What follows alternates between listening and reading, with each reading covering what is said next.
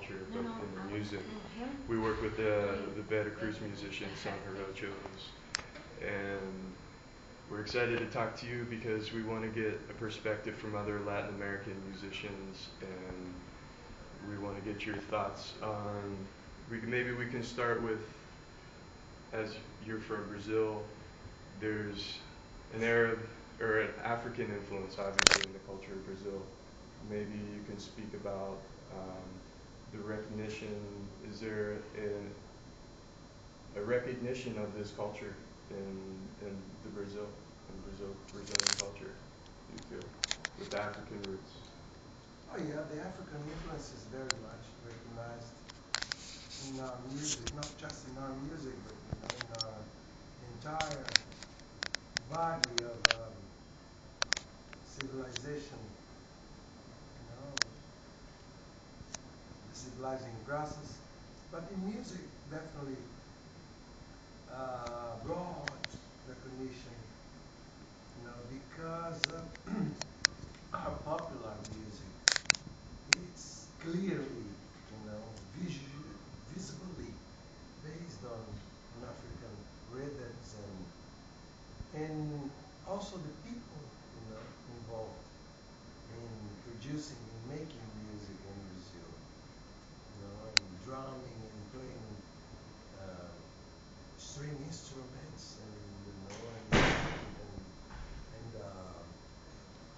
blowing instruments and all of them. I mean, like pop music in Brazil is being uh, developed by black people and black descendants. Samba in Rio, in Bahia, other rhythms in Pernambuco and Maranhão, Minas Gerais, where we can find many different genders, musical genders related to rhythm, related to drums, and definitely, obviously, related to Africa. So the influence of Africa in Brazilian music, it's very big. Um, I would say continental Africa, places where Brazilian slaves, mainly uh, came from, like Nigeria, Angola, Mozambique, Congo, uh, tropical Africa, sub,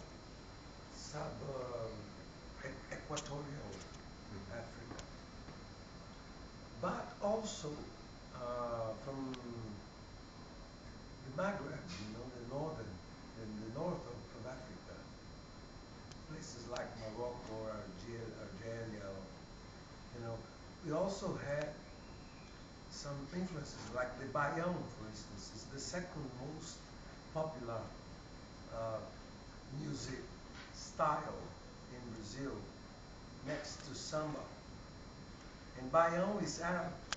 You know, it's a rhythm that went to Spain and Portugal with Arabic influence, and then to Americas. And of course, in Brazil, it founded a very sort of good atmosphere, and developed to being a national gender, like second to samba, as I mentioned. So in general, like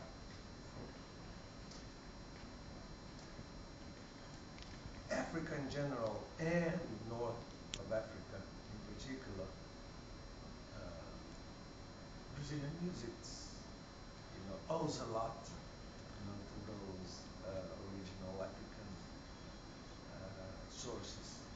And you could probably say the same for a lot of Latin America in general. Oh yeah. Uh, Colombian, Peruvian, um, Venezuelan music, Central America, Puerto Rican, Cuban, Jamaican, all over the Americas. And do you know Mexico at all? Mexico, uh, in one of my last visits to Mexico, I finally found out that black presence in Mexico was higher, and you know, than I expected, than I knew about. Uh, but as far as the patterns, the African patterns, easily recognized in Central America, Brazilian, North American music, in Mexico, in Mexican music, for instance, at least for someone like me, it's difficult you know, to listen. Where is the black ingredient in Mexican music?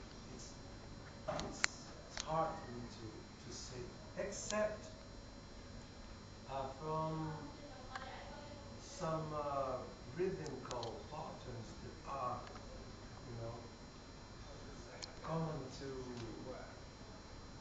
Americas in general, but also come from Indian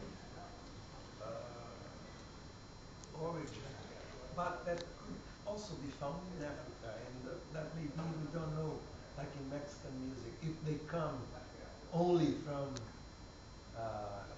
native local Indian culture or, from African culture. So it's hard to say. Um, anyway, what I'm trying to say is that it's not too noticeable, as in other parts of America, the influence, the African influence in Mexico. Yeah, we have a movement in Mexico we call the T root, la tercera raíz, because we say when investigación Anthropologically, yeah. say the first root is obviously the indigenous Yeah. Asian cultures. Yeah. The second root is Spain Spain conquer, and and the third is European all the others yeah. become after from with the Spain, no? Arabic, African. Yeah, I understand. What I was saying is that it's probably there, the influence, but not as noticeable as in other parts, like in Brazil. Yeah, Brazil, Or Colombia. Colombia or Peru or Venezuela or Yeah. Puerto Rico and Cuba and where it's there. I mean, it's very it's on the surface. Yeah. But you